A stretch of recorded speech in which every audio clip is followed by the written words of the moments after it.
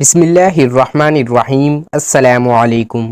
حضرت ربیعہ بن کعب رضی اللہ تعالی عنہ بیان کرتے ہیں، اس وقت جب میری روح نور ایمان سے منور اور میری عقل معنی اسلام سے آشنا ہوئی تھی، میں ایک کم سن نوجوان تھا۔ جب پہلی بار میری آنکھیں دیدار رسول صلی اللہ علیہ وسلم سے شرف یاب ہوئیں تو آپ صلی اللہ علیہ وسلم کی محبت میری رگوں پہ سرایت کر گئی اور میرے پورے وجود پر حاوی ہو گئی۔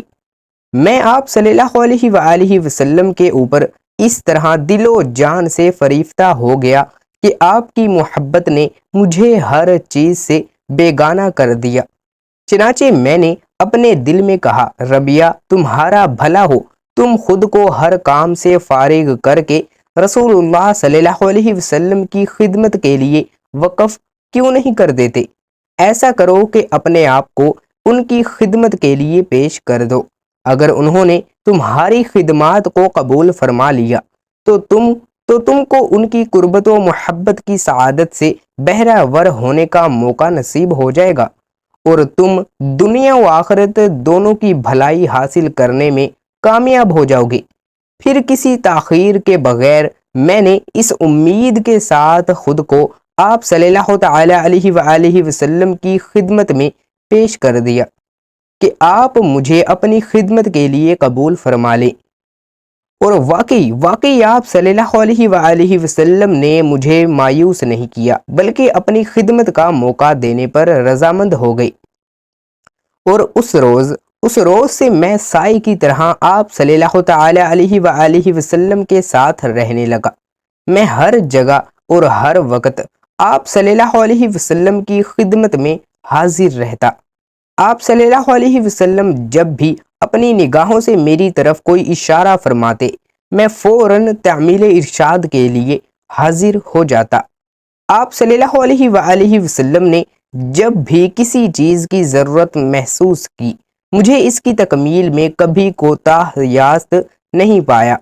میں دن بھر آپ صلی اللہ علیہ وآلہ وسلم کی خدمت میں لگا رہتا۔ جب دن ختم ہو جاتا اور نبی کریم صلی اللہ علیہ وآلہ وسلم نماز عشاء سے فارغ ہو کر اندرون خانہ تشریف لے جاتے تو میں بھی واپسی کا ارادہ کرتا، لیکن پھر میں اپنے دل میں سوچتا، ربیعہ کہاں جا رہے ہو؟ ممکن ہے کہ رات میں کسی وقت رسول اللہ صلی اللہ علیہ وآلہ وسلم کو کوئی حاجت پیش آ جائے۔ یہ سوچ کر میں وہیں آپ صلی اللہ علیہ وآلہ وسلم کے دروازے پر بیٹھ جاتا اور آپ کے گھر کی چوکھٹ چھوڑ کر کہیں جانا گوارا نہ کرتا۔ رسول کریم صلی اللہ تعالی علیہ وآلہ وسلم راتیں کھڑے کھڑے نماز پڑھنے میں گزار دیتے تھے۔ بسا اوقات میں سنتا تھا کہ آپ صلی اللہ تعالی علیہ وآلہ وسلم سورہ فاتحہ پڑھ رہے ہیں۔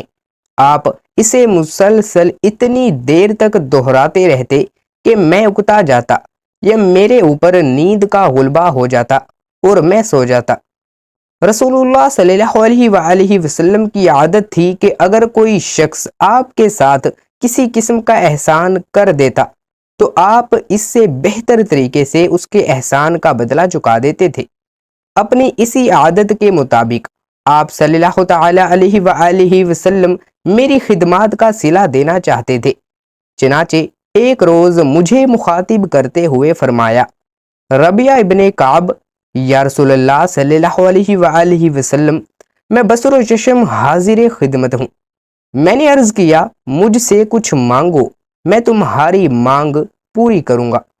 حضور صلی اللہ علیہ وآلہ وسلم نے فرمایا، میں نے تھوڑی دیر سوچنے کے بعد کہا، یا رسول اللہ صلی اللہ تعالی علیہ وآلہ وسلم، مجھے مہلت دیجیے تاکہ میں سوچ لوں کہ مجھے آپ سے کیا مانگنا ہے، پھر میں آپ کو بتا دوں گا۔ کوئی حرج نہیں، سوچ لو۔ آپ صلی اللہ علیہ وآلہ وسلم نے فرمایا، میں اس وقت ایک مفلس جوان تھا، نہ میرے پاس بیوی تھی، نہ مال تھا، نہ مکان۔ دوسرے غریب مسلمانوں کی طرح مسجد نبوی کا چبوترا ہی میرا مسکن و ماوا تھا۔ لوگ ہمیں مہمانان اسلام کہہ کر پکارتے تھے۔ جب کوئی مسلمان رسول اللہ صلی اللہ علیہ وسلم کی خدمت میں صدقے کی کوئی چیز لاتا تو آپ صلی اللہ علیہ وسلم وہ سب ہم لوگوں کے پاس بھیج دیتے، اور جب کوئی شخص آپ صلی اللہ علیہ وسلم کی خدمت میں کوئی ہدیہ پیش کرتا تو آپ صلی اللہ علیہ وسلم اس میں سے کچھ اپنے پاس رکھ کر باقی ہم کو مرحمت فرما دیا کرتے تھے۔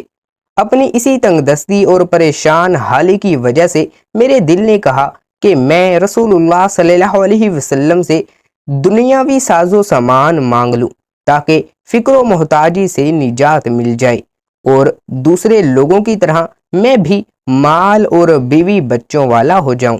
لیکن میرے دل نے پھر کہا، ربیہ ابن کعب، تمہارا برا ہو، یہ دنیا تو زوال پذیر ہے، ایک دن فنا ہو جائے گی، اس میں جس رزق کی کفالت اللہ تعالی نے اپنے ذمے لے رکھی ہے وہ لازماً تم کو ملے گا، اور رسول اللہ صلی اللہ علیہ وسلم اپنے رب کے نزدیک ایسے بلند مرتبے پر فائز ہیں کہ آپ کی کوئی مانگ نامنظور نہیں کی جا سکتی، اس لیے تم ان سے یہ درخواست کرو کہ وہ تمہارے لیے آخروی فائدے کی دعا فرمائے۔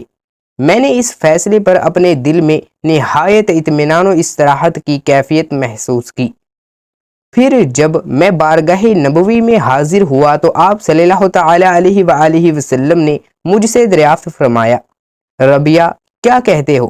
یا رسول اللہ صلی اللہ علیہ وآلہ وسلم، میں جنت میں آپ کی رفاقت کا آرزو مند ہوں۔ میں حرف آرزو زبان پر لایا، آپ اسی کے لیے اللہ تعالیٰ سے دعا فرما دیجئے۔ تم کو یہ بات کس نے سمجھائی؟ آپ صلی اللہ علیہ وآلہ وسلم کا لہجہ تحسین آمیز تھا، نہیں، اللہ کی قسم یہ بات مجھے کسی اور نے نہیں بتائی ہے، بلکہ جس وقت آپ نے فرمایا تھا کہ مجھ سے کچھ مانگو میں تمہاری مانگ پوری کروں گا، تو پہلے تو میرے جی میں آیا کہ میں آپ سے دنیاوی مال و متاع مانگ لوں، پھر من جانب اللہ مجھے دنیا پر آخرت کو ترجیح دینے کی نیک توفیق حاصل ہو گئی۔ اس کے بعد میں نے آپ سے درخواست کی ہے کہ آپ میرے لیے جنت میں اپنی رفاقت کی دعا فرمائیں۔ پھر آپ صلی اللہ علیہ وسلم نے ایک طویل خاموشی کے بعد فرمایا، ربیہ کیا تم اس کے علاوہ کچھ اور نہیں چاہتے؟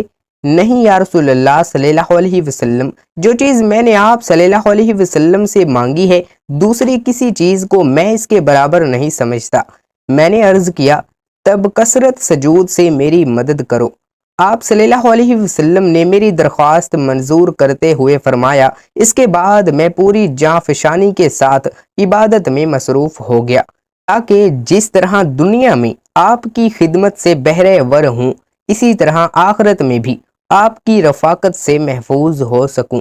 اس بات کو ابھی کچھ زیادہ عرصہ نہیں ہوا تھا کہ ایک روز رسول اللہ صلی اللہ علیہ وسلم نے مجھ کو بلا کر پوچھا، ربیہ کیا تم شادی نہیں کرو گے؟ یا رسول اللہ صلی اللہ علیہ وسلم، میں اس بات کو پسند نہیں کرتا کہ کوئی چیز مجھے آپ کی خدمت سے غافل کر دے، پھر میرے پاس بیوی کا مہر ادا کرنے اور اس کی ضروریات زندگی کی فراہمی کے لیے مال بھی تو نہیں ہے۔ میں نے اپنی مجبوریاں آپ صلی اللہ علیہ وسلم کے سامنے رکھ دی، لیکن آپ نے دوبارہ میری طرف دیکھتے ہوئے فرمایا، ربیہ کیا تم شادی نہیں کرو گے؟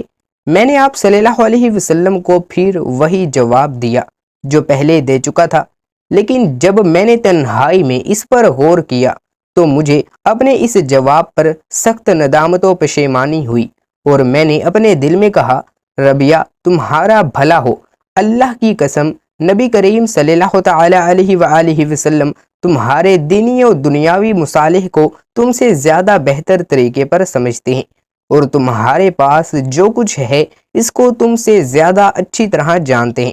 بخدا اگر رسول اللہ صلی اللہ علیہ وسلم نے اس کے بعد بھی شادی کی پیشکش کی تو میں اس کو ضرور قبول کر لوں گا۔ اور اس کے کچھ ہی دنوں بعد آپ صلی اللہ تعالی علیہ وآلہ وسلم نے مجھ سے پھر کہا، ربیہ کیا تم شادی نہیں کرو گے؟ کیوں نہیں یا رسول اللہ صلی اللہ تعالی علیہ وآلہ وسلم، لیکن میرے ساتھ کون شادی کرے گا جبکہ میں ایک تہی دست اور مفلس آدمی ہوں؟ میرے اس جواب پر حضور صلی اللہ تعالی علیہ وآلہ وسلم نے فرمایا، فلاں کے پاس جاؤ اور اس سے کہو کہ رسول اللہ صلی اللہ علیہ وآلہ وسلم نے تمہیں حکم دیا ہے کہ اپنی فلاں لڑکی کا نکاح میرے ساتھ کر دو۔ میں نے شرماتے ہوئے ان کے پاس جا کر کہا کہ رسول اللہ صلی اللہ تعالی علیہ وآلہ وسلم نے مجھے اس حکم کے ساتھ آپ کے پاس بھیجا ہے کہ آپ اپنی فلاں لڑکی کا نکاح میرے ساتھ کر دیں۔ فلاں لڑکی کے ساتھ انہوں نے پوچھا، اور میرے مثبت جواب کے بعد انہوں نے کہا، ہم رسول اللہ صلی اللہ تعالی علیہ وآلہ وسلم اور ان کے پیغام کو خوش آمدید کہتے ہیں۔ بخدا رسول اللہ صلی اللہ تعالی علیہ وآلہ وسلم کا قاصد اپنے مقصد سے محروم واپس نہیں جائے گا۔ اور پھر انہوں نے اپنی بیٹی کا نکاح میرے ساتھ کر دیا۔ اس کے بعد میں نے خدمت اقدس میں ہو کر بتایا کہ یا رسول اللہ صلی اللہ تعالی علیہ وآلہ وسلم، میں بہترین لوگوں کے پاس سے آیا ہوں۔ انہوں نے میری بات کی تصدیق کی، مجھے خوش آمدید کہا اور اپنی لڑکی کا عقد میرے ساتھ کر دیا۔ اب میں ان کو مہر کی رقم کہاں سے ادا کروں؟ آپ صلی اللہ تعالی علیہ وآلہ وسلم نے حضرت بریدہ رضی اللہ تعالی عنہ کو، جو میرے قبیلے بنی اسلم کے ایک رئیس تھے، بلا کر فرمایا کہ ربیہ کے لیے کھجور کی گٹھلی کے وزن برابر سونے کا انتظام کر دو، اور حسب حکم انہوں نے سونے کی مطلوبہ مقدار میرے لیے فراہم کر دی۔ تو آپ صلی اللہ علیہ وسلم نے اس کو میرے حوالے کرتے ہوئے فرمایا کہ اس کو لے کر ان کے پاس جاؤ اور ان سے کہہ دو کہ یہ تمہاری بیٹی کا مہر ہے۔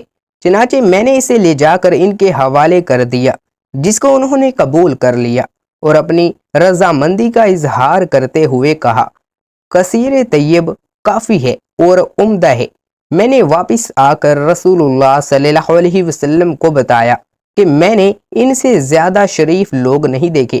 میں نے جو کچھ ان کو دیا قلیل ہونے کے باوجود نہ صرف یہ کہ انہوں نے برضا و رغبت اس کو قبول کر لیا، بلکہ اظہار پسندیدگی کے طور پر یہ بھی کہا کہ کثیر طیب، یا رسول اللہ اب مجھے ولیمے کے لیے رقم کہاں سے ملے گی؟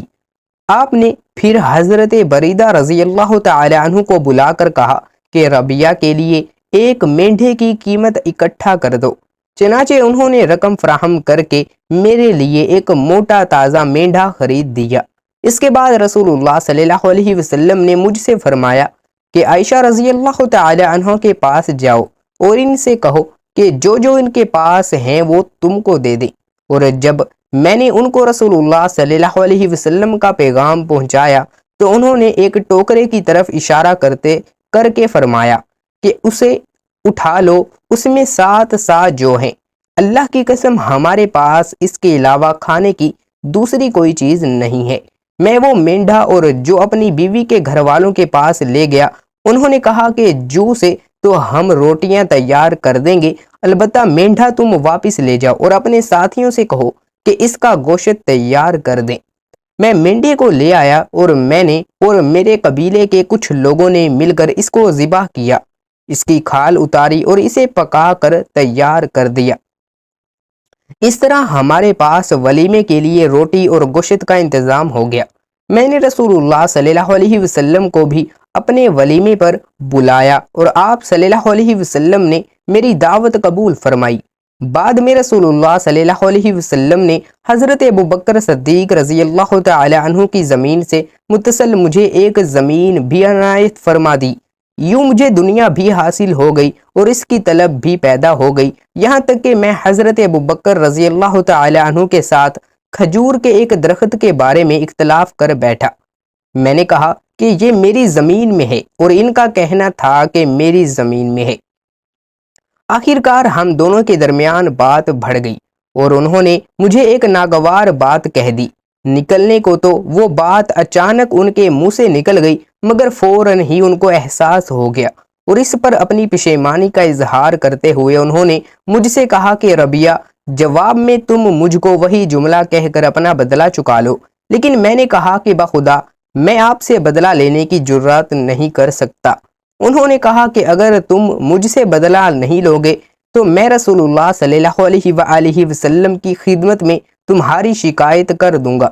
یہ کہہ کر وہ بارگاہ رسالت کی طرف روانہ ہو گئے۔ پیچھے پیچھے میں بھی چلا اور میرے قبیلے والے یہ کہتے ہوئے میرے ساتھ شامل ہو گئے کہ انہوں نے پہل بھی کی تم کو برا بھلا بھی کہا، پھر خود ہی تمہاری شکایت کرنے بھی جا رہے ہیں۔ میں نے ان لوگوں کی طرف مڑتے ہوئے کہا، ارے تم لوگوں کا برا ہو، کیا تم نہیں جانتے کہ یہ کون ہیں؟ یہ صدیق ہیں، مسلمانوں کی بزرگ ترین بستی۔ تم لوگ واپس جاؤ، کہیں ایسا نہ ہو کہ یہ تم لوگوں کو دیکھ لیں اور ان کی خفگی کی وجہ سے رسول اللہ صلی اللہ علیہ وسلم خفا ہو جائیں اور ان دونوں کی ناراضی اللہ تعالیٰ کے غضب کا سبب بن جائے اور ربیہ ہلاک ہو جائے۔ تب جا کر وہ لوگ واپس ہوئے۔ حضرت ابوبکر صدیق رضی اللہ تعالی عنہ نے بارگاہ رسالت میں پہنچ کر منوعاً وہ واقعہ بیان کر دیا۔ تب رسول اللہ صلی اللہ علیہ وسلم نے میری طرف سر اٹھا کر پوچھا، ربیہ تمہارا اور ابوبکر کا کیا معاملہ ہے؟ میں نے عرض کیا، یا رسول اللہ صلی اللہ علیہ وسلم، یہ چاہتے ہیں کہ میں ان کو وہی بات کہہ دوں جو انہوں نے مجھے کہی تھی، لیکن میں نے ایسا نہیں کیا۔ ہاں تم نے ٹھیک کیا، تم ان کو ہرگز وہ بات نہ کہنا جو انہوں نے تم کو کہی تھی، بلکہ تم یوں کہو کہ اللہ تعالیٰ ابوبکر کو معاف فرمائے۔ آپ نے میرے طرز عمل کو سراہا تو میں نے کہا کہ ابوبکر رضی اللہ تعالی عنہ، اللہ تعالیٰ آپ کو معاف فرمائے۔ اس کے بعد حضرت ابوبکر رضی اللہ تعالی عنہ یہ کہتے ہوئے واپس چلے گئے، ربیہ اللہ تعالیٰ تم کو میری طرف سے بہترین جزا دے۔ اور اس وقت ان کی آنکھوں سے بے تحاشا آنسو بہہ رہے تھے۔ اللہ اکبر۔